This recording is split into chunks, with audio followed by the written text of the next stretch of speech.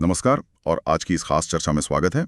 हमारे पास आपके भेजे हुए कई दिलचस्प स्रोत हैं, आर्टिकल्स, रिपोर्ट्स और कुछ नोट्स जो भारतीय व्यापार और बाजार की दुनिया में हलचल मचा रहे हैं। बिल्कुल। और हमारा काम है इन सब जानकारियों की ढेर से वो सबसे ज़रूरी बातें और रुझान निकालना जो बिजनेस की आज की तस्वीर समझने में मदद करें।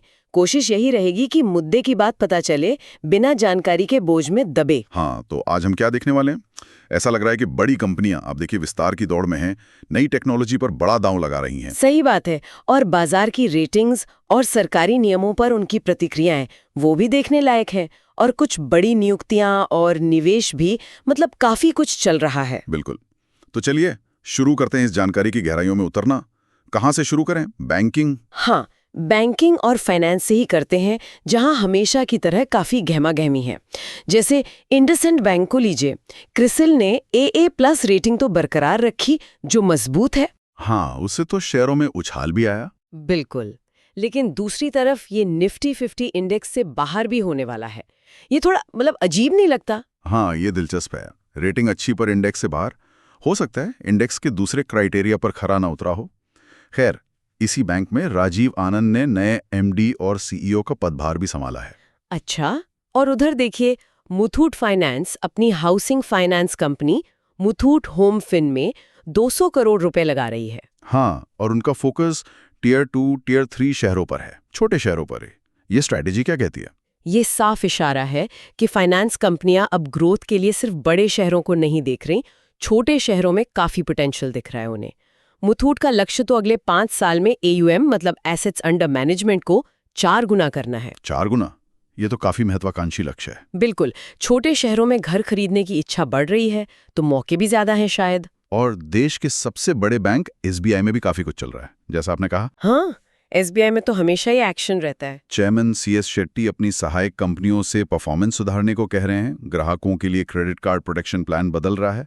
पर एक खबर जो ध्यान खींच रही है वो है PCS टेक्नोलॉजी और IDBI बैंक के खिलाफ 1997 का एक बहुत पुराना मुकदमा खारिज होना। हाँ, 1992 के IDBI डीप डिस्काउंट बॉन्ड से जुड़ा मामला था ये। इतना पुराना? जी। और अदालत ने माना कि वारंट की मियाद ही खत्म हो चुकी थी और SBI ने शायद पूरी ड्यू डिलिजेंस के बिना पेमेंट कर दिया था। ये दिखाता है कि कैसे दशकों पुराने मामले अचानक खत्म हो सकते हैं। और बैंकों को कितना अलर्ट रहना पड़ता है अपने पुराने लेन देन को लेकर भी।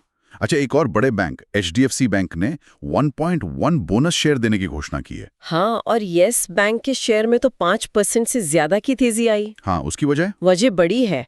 RBI ने जापान के बड़े bank Sumitomo Mitsui banking corporation यानी SMBC को येस बैंक में करीब 25% तक हिस्सेदारी खरीदने की मंजूरी दे दी है। ओह, 25%? हाँ, और खबरें तो ये भी हैं कि SMBC मौजूदा PE निवेशकों से और लगभग 5% हिस्सा खरीद सकता है। अच्छा, तो ये येस बैंक के लिए तो काफी बड़ी राहत की बात होगी, उनके पिछले कुछ सालों को देखते हुए। बिल्कुल, एक तरह से कॉन्फिडेंस बूस्टर है ये। और देखिए, आदित्य बिरला कैपिटल में भी RBI ने नियुक्तियों को मंजूरी दी है। विशाखा मुले MD और CEO और राकेश सिंह एग्जीक्यूटिव डायरेक्टर और CEO NBFC। और फंड जुटाने की बात करें तो कई कंपनियां NCDs यानी नॉन कन्वर्टेबल डिबेंचर्स का रास्ता अपना रही है। जैसे Fed bank financial services 25,000 crore तक जुटाने का प्लान है। हाँ, और पूना वाला फिनकॉर्प ने 350 करोड़ NCD से जुटाए भी और इशू ओवर सब्सक्राइब्ड हुआ।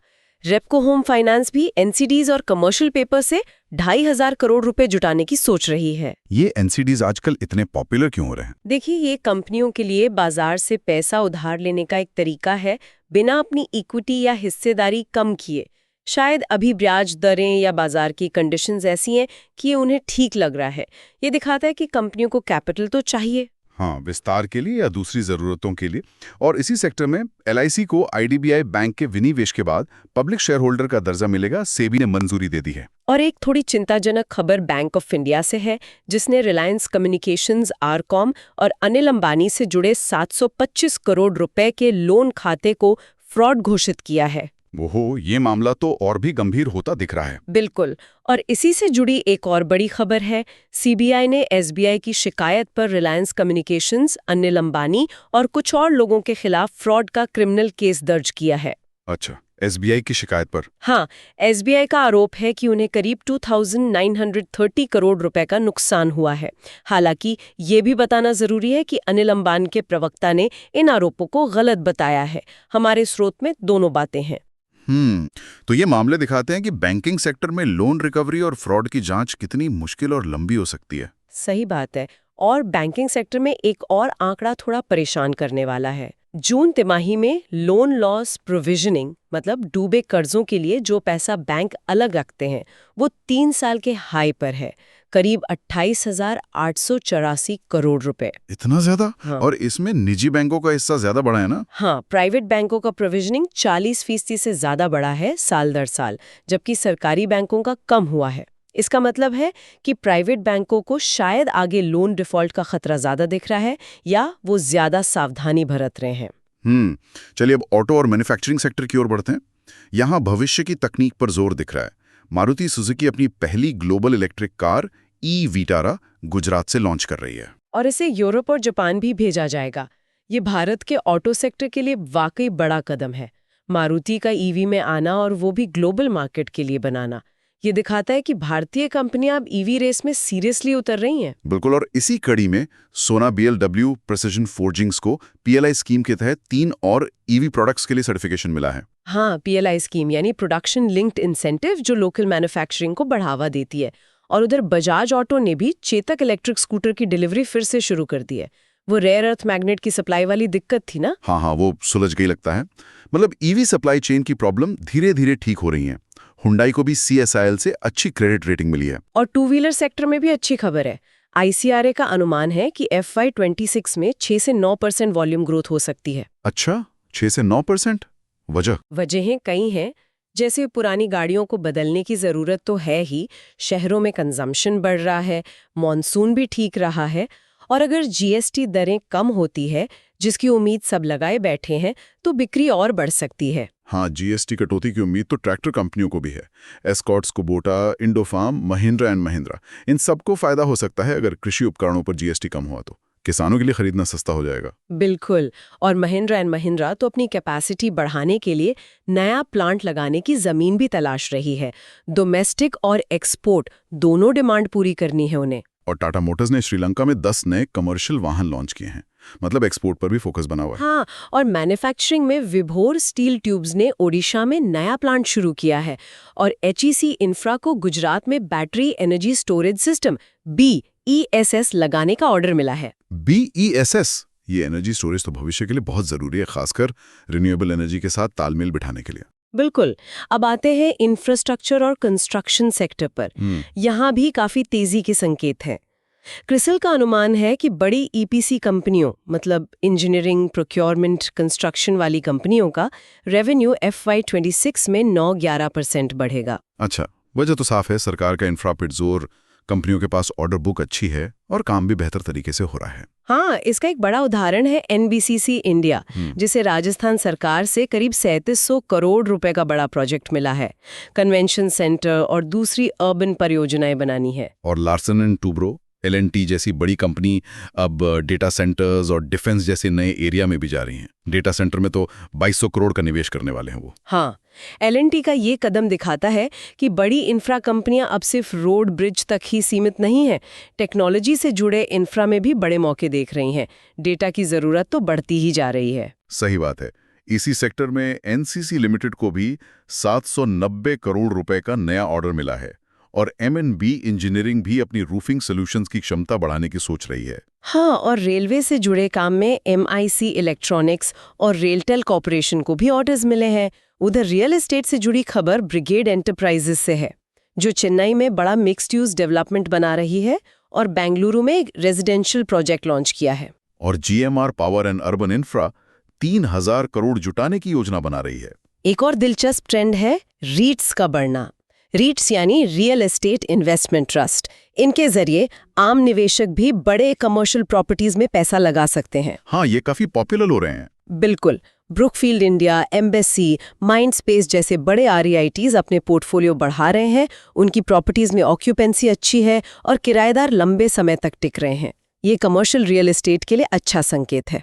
चलिए अब ऊर्जा और संसाधन क्षेत्र पर नजर डालते हैं। यहाँ एनटीपीसी की घोषणा सबसे बड़ी है, 7 लाख करोड़ रुपए का निवेश प्लान। अरे बाप रे, 7 लाख करोड़, ये तो बहुत ही बड़ा प्लान है। हाँ, और FY32 तक 149 गीगावाट GW बिजली उत्पादन क्षमता का लक्ष्य रखा है, जिसमें 60 GW रिन्यूएबल एनर्जी होगी। ये भारत के एनर्जी ट्रांसफॉर्मेशन में एनटीपीसी की कितनी बड़ी भूमिका होगी ये दिखाता है।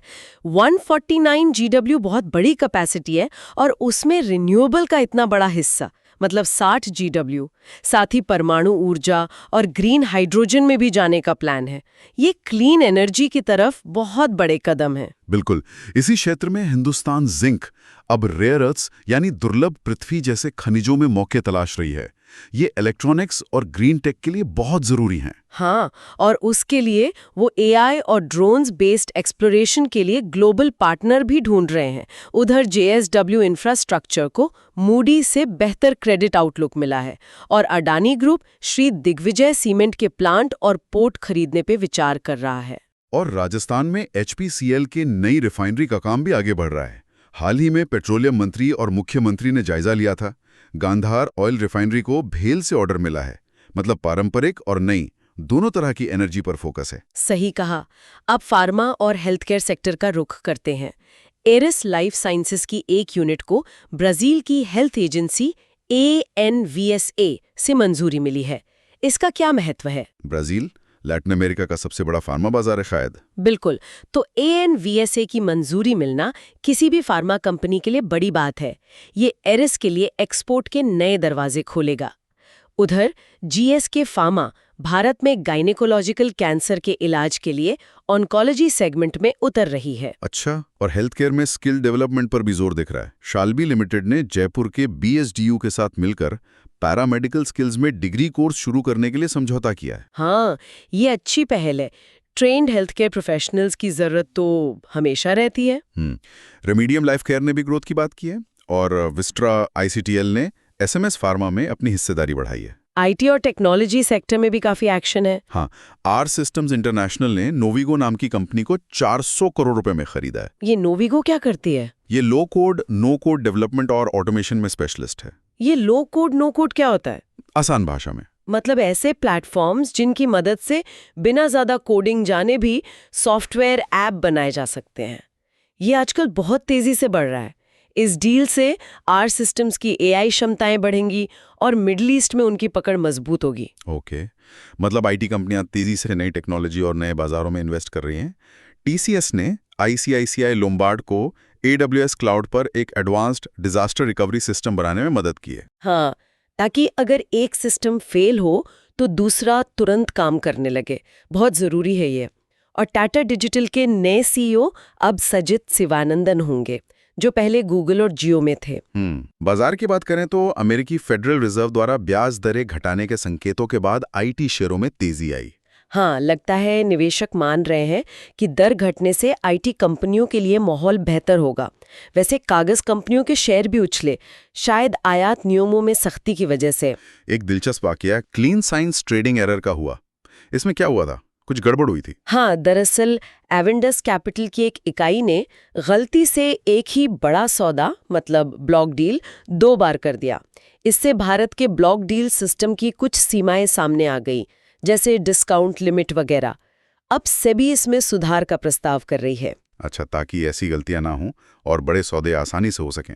टेक्नोलॉजी एजुकेशन में एलन स्कॉट लर्निक्स ने एड्यूऋषि एडवेंचर्स का कंटेंट खरीदा है AI बेस्ड लर्निंग के लिए। और वॉट विजार्ड इनोवेशंस ने बैटरी स्मार्ट के साथ मिलकर EV के लिए स्वैपेबल बैटरी तकनीक पर काम करने का समझौता किया है। जियोजित जैसी ब्रोकिंग फर्म्स भी डिजिटल इनोवेशन पर फोकस कर रही हैं। मतलब टेक्नोलॉजी हर जगह है। बिल्कुल। अब आते हैं रिटेल और कंज्यूमर गुड सेक्टर पे। यहाँ सबसे बड़ी चर्चा GST दरों को लेकर है। V-Mart के फाउंडर कह रहे हैं कि दरें कम होने से खपत बढ़ेगी। हाँ, खासकर छोटे शहरों और कम आय वाले ग्राहकों के बीच यही उम्मीद ब्लू स्टार जैसी AC कंपनियों को भी है। उन्हें लगता है GST कम हुआ तो AC की बिक्री 20% तक बढ़ सकती है। लेकिन एक डर ये भी है कि लोग GST घटने के इंतजार में खरीदारी टाल रहे हैं। हाँ, व्हाइट गुड्स यानी फ्रिज, टीवी, वॉशिंग मशीन बनाने वाली कंपनियों को ये डर है कि फिलहाल बिक्री धीमी हो सकती है। सब उम्मीद कर रहे हैं कि दिवाली से पहले फैसला हो जाए। त्योहारी सीजन की तैयारी भी जोरों पर है। फ्लिपकार्ट सप्लाई चेन और डिलीवरी के लिए 2.2 लाख से ज्यादा अस्थायी नौकरियां दे रहा है। हाँ, खासकर टियर 2-3 शहरों में। रिटेलर्स भी जीएसटी कट की उम्मीद में 20-30% बिक्री बढ़ने का अनुमान लगा रहे हैं और डिस्काउंट की तैयारी में हैं। उधर पीवीआर इनॉक्स नई पीढ़ी को लुभाने के लिए मल्टीप्लेक्स में फैंसी रेस्टोरेंट, गेमिंग जोन वगैरह ला रहा है। हाँ, जेनजी को टारगेट कर रहे हैं वो। एवेन्यू सुपरमार्ट्स, डी-मार्ट का अपना अलग मॉडल है सप्लायर्स के बीच कंपटीशन बढ़ाने का। और allied blenders and distillers ABD ने भी अच्छे नतीजे दिए हैं और आगे प्रीमियम सेगमेंट और एक्सपोर्ट पे फोकस है उनका। रियल एस्टेट में गोदरेज प्रॉपर्टीज ने तो कमाल ही कर दिया। हैदराबाद में एक ही प्रोजेक्ट लॉन्च पर 1000 करोड़ से ज्यादा की बिक्री। हाँ, और ये साल उनका दूसरा ऐसा सफल लॉन्च है हैदराबाद में। ये दिखाता है कि कुछ शहरों में और खासकर बड़े डेवलपर्स के लिए रेजिडेंशियल प्रॉपर्टी की मांग काफी मजबूत है। बिल्कुल। कुल मिलाकर देश की टॉप 28 लिस्टेड रियल एस्टेट कंपनियों ने पहली तिमाही में करीब 53,000 करोड़ रुपए की प्रॉपर्टी बेची है। ये तो अच्छा मोमेंटम दिखाता है सेक्टर में। शेल्स या वियतनाम जाने के लिए ज्यादा ट्रैवल इंश्योरेंस खरीद रहे हैं। पिछले 2-3 साल में 45% की बढ़ोतरी। अच्छा, दिलचस्प है। और निवेश बैंकिंग में करियर बनाने वालों के लिए वैंटेज नॉलेज एकेडमी ने एक नया सर्टिफिकेशन प्रोग्राम CGIB लॉन्च किया है। रक्षा क्षेत्र से मजगांव डॉक शिप बिल्डर्स के लिए अच्छी खबर आ सकती है। ऐसी रिपोर्ट्स हैं कि रक्षा मंत्रालय उन्हें जर्मनी की कंपनी के साथ 70,000 करोड़ रुपए की पनडुब्बी परियोजना के लिए बातचीत शुरू करने की इजाजत दे सकता है। ओह, ये तो बहुत बड़ी डील होगी अगर फाइनल हुई तो। हाँ, अगर ये डील होती है तो मजगांव डॉक का ऑर्डर बुक कई गुना बढ़ सकता है। सरकार ने शहद निर्यातकों को राहत देते हुए न्यूनतम निर्यात मूल्य MEP $2,000 से घटाकर $1,400 प्रति टन कर दिया है। हाँ, ताकि ग्लोबल मार्केट में कॉम्पीट कर सके। और निफ्टी 50 इंडेक्स में भी बदलाव होने जा रहा है। इंडिगो और मैक्स हेल्थ केयर अंदर आएंगे और इंडसइंड बैंक और हीरो मोटोकॉर्प बाहर। कुछ कॉर्पोरेट गवर्नेंस से जुड़े मुद्दे भी सुर्खियों में रहे। GKB ऑप्थेल्मिक्स की AGM में थोड़ी गहमा-गहमी हुई। हाँ, और TMC सांसद महुआ मोहित्रा ने निवेशक रेखा झुनझुनवाला पर नजारा टेक्नोलॉजीज मामले में इनसाइडर ट्रेडिंग का आरोप लगाया है। यह हमारे स्रोतों में रिपोर्ट किया गया है, हम बस उसका उल्लेख कर रहे हैं। ठीक है। नजारा टेक्नोलॉजीज के शेयरों में गिरावट से कुछ बड़े निवेशकों को नुकसान भी हुआ है।